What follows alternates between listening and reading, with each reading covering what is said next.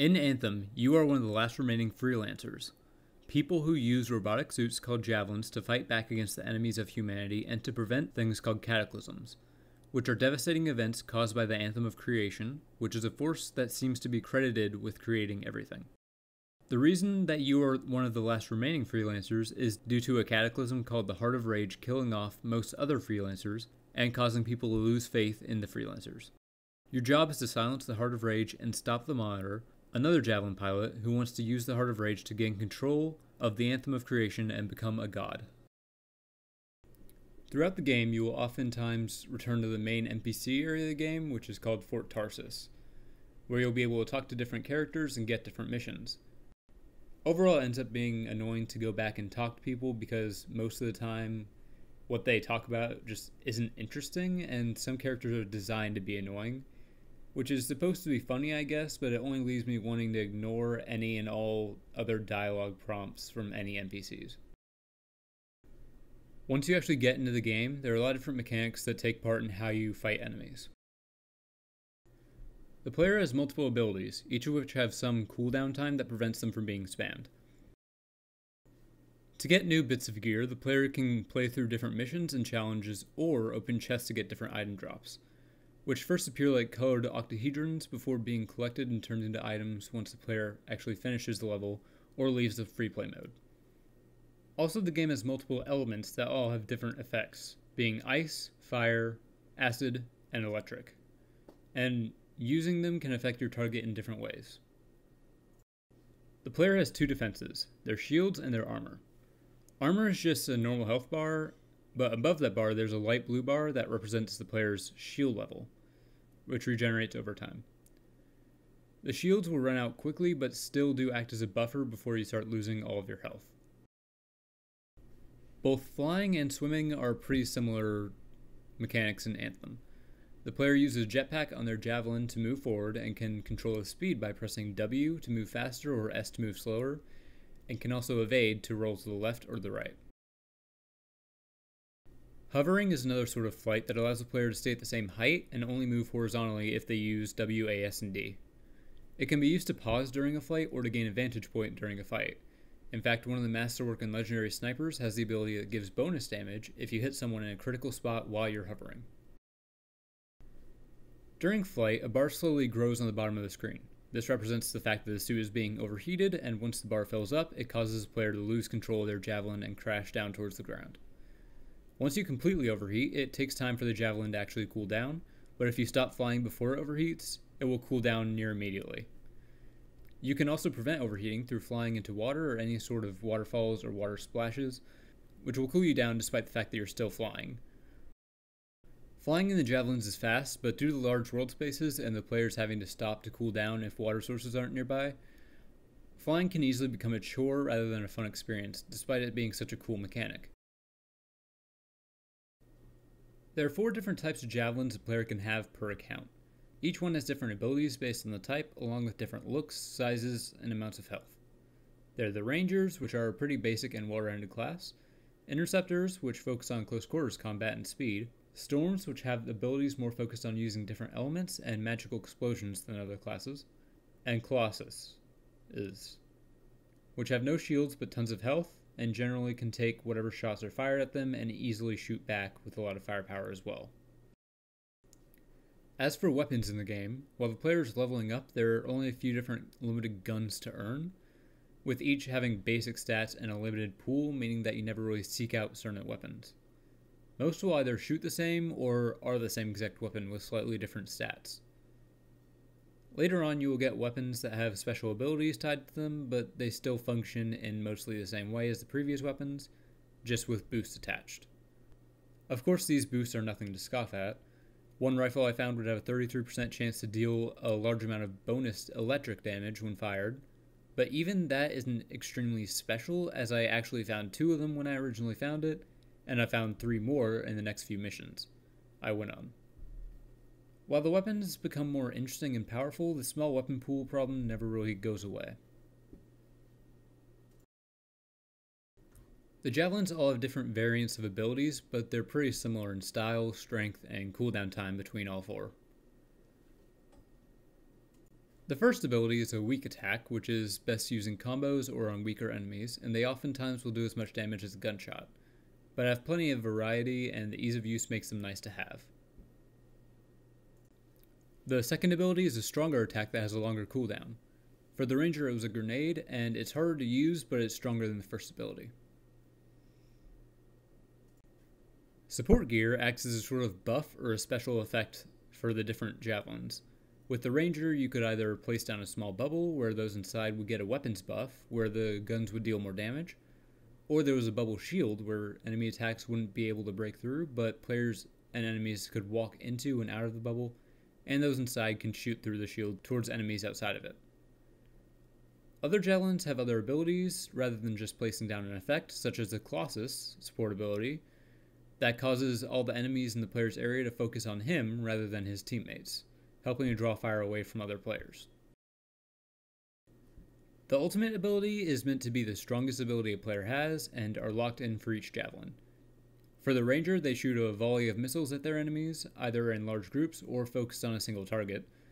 For the interceptor, they become invincible and they attack with their melee ability more efficiently. For the storm, they will essentially drop large elemental explosions on an area 3 times, each time using a different element. And for the Colossus, you take out a large gun with 3 shots that each explode and deal a lot of damage to any enemies around where the gun was aimed. While these are meant to be the strongest abilities for the player to have, I found that at least for the ranger, the strongest part of the attack is that it will immediately regenerate the player's health, shields, and cool them down. The actual attack would oftentimes not even kill the enemies I aimed it at on harder difficulties, simply because the rockets don't do enough damage individually, and they're only useful if they're all trained on a small amount of targets, or a single target. The story missions of the game are not something the player must complete before accessing all other parts of the game, though completion of the story does start other missions and dialogues. The game has many side quests and missions that don't directly relate to the main plot, but instead either work towards leveling the player up or increasing the player's knowledge or relationship with NPCs. While there are many side quests, each has some sort of impact on later missions and the people of Fort Tarsis, which is nice compared to how other games treat side quests as random missions to help the player level up or waste time. Even if it is still kind of just adding more playtime, it's still nice to see actions actually have a consequence in the world. The game has a quick play option in the mission select screen, which allows the player to join others that have already started a mission or who are just starting up a mission. It lets players join up with people who may not have a full team or who just went into a mission solo. There's a way to deactivate online play, but if you start a match alone while online play is active, then people can join in to help you out through the quick play. This also works for strongholds as a separate option in the menu select screen, in the mission select screen, just called Stronghold Quick Play, which seems to be much better with this smaller player base, as I can only actually join people at higher difficulties when I'm in a Stronghold Quick Play match, instead of a normal Quick Play match. Normal Quick Play only seems to have people playing at hard difficulties or lower. Strongholds are the raids of the game, of which there are 3 total. They are longer and more difficult missions than the normal ones and end with a big boss, while most other missions end with the player getting an item or defeating groups of enemies. Difficulty ranges are easy, medium, and hard for players who are not the max level of 30, and then they jump up to Grandmaster 1, 2, and 3 for the players at max level. While the player can choose easy, medium, or hard on whatever level they wish, and it will just make things slightly more difficult or slightly easier, they're still always going to be completable. But the Grandmaster levels actually have a recommended value for the player's Javelin power level to be at in order to reasonably be able to complete a mission, which jump from level 430 to 815 between free play recommendations for Grandmaster 1 and Stronghold recommendations for Grandmaster 3.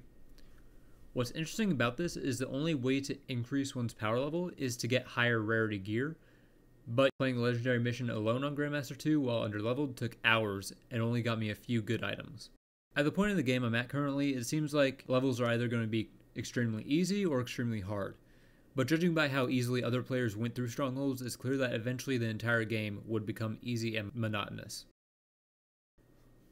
One of the biggest reasons why I stopped playing Anthem in the first place was that the game had quite a few glitches that just really annoyed me, and that, along with some of the other flaws with the game, just pushed me away. After returning to the game, it actually turns out that none of these glitches were fixed. At all. In fact, the game seems to have more bugs in it than when it was released. Subtitles will remain on the screen long after conversations have stopped, and during other conversations, things won't load properly. Doors won't open in missions, my cursor will occasionally just disappear. There are simple bugs that oftentimes don't really hurt gameplay, but they do cause problems and are annoying to see, especially since it has been so long since they were a problem in the first place, and yet they have had no attention. The game has a co-op and a solo option when going into missions, with the co-op option either putting you into a match with players on your squad or into matchmaking to look for extra players, with a total of 4 players per team. Multiplayer does not seem to actually be beneficial when playing at the first 3 difficulties, as the player can easily get through every situation, but through my attempts at playing the second hardest difficulty, Grandmaster 2, while underleveled, teams are definitely required. Even at level 715, I found it difficult to down some enemies at a recommended level of 730. When playing the first 3 difficulties, I found that having extra teammates either consisted of a few higher level players carrying lower level players through a mission, or every player would actually be fighting to get a kill because everyone is so strong that it's just so easy to blow through enemies. But this is only if you do quick play to find matches for the first 3 difficulties. I played the game at launch but stopped about halfway through the campaign, and when I picked up the game and began going through it again on the hard difficulty, I only had a person join my game a total of 2 times in my multiple hours of story missions and side missions. This despite the fact that I was specifically playing on the co-op mode that should allow people to join my game. This wasn't even an issue, however, as I would rarely struggle to get through an area or a mission alone. I went through quick play to actually get a co-op experience with other players, and through this I usually would join a team of 3 other players, making a full team. But in doing so, I usually found myself in the last 2 minutes of a mission and would only get 1 or 2 fights in before the end of the mission. Eventually, upon reaching the maximum level of 30 and getting a decent power level, I began to try out playing random missions at the 3 highest difficulties, despite me being underleveled power-wise. I used quick play and it would tell me that no one was playing on that difficulty every single time. I thought that no one was actually doing the missions on those difficulties, either due to them being bored of them or just leaving the game after reaching max level. But as it turns out, there was a second quick play option that I wasn't able to see on the mission select screen that would quick play a random stronghold. Here I was able to find people to play with pretty consistently, but even then I'd go through most of the level with only 1 other person. Overall, the game doesn't have anything to draw me back into playing it. The weapons and abilities are always the same, so there isn't anything worth striving towards. The missions are either annoying at high difficulties or easy on lower ones. The population is extremely low and only seem to do some activities that are worthwhile. The flying mechanics are fun and the abilities are interesting, but that doesn't make a game worth playing when there isn't anything fun to do. I may occasionally play the game in order to fly around and try some level on one of the higher difficulties to challenge myself, but I wouldn't recommend this game because it's just not that fun for me once the fun of flying around and shooting rockets loses my interest due to all the other problems with the game becoming more and more obvious. The characters and the stories they can tell can be interesting sometimes, but are a chore to talk to when you return to the fort. The mechanics are cool and interesting for a bit, but overall in tense situations, I only actually care about a few abilities. And even the ultimate ability isn't useful for anything other than healing in tense situations. Flight can be fun, but it gets annoying as you need to fly such long distances that it becomes boring, and the mechanics with flying only make it more annoying. The weapons sometimes have cool abilities, but overall they're all the same and there isn't much to chase after once you find 1 or 2 good guns. Overall, it's a fun experience for a bit of time, and I would love to see some of the game's mechanics in a better game, but Anthem itself doesn't have much going for it anymore.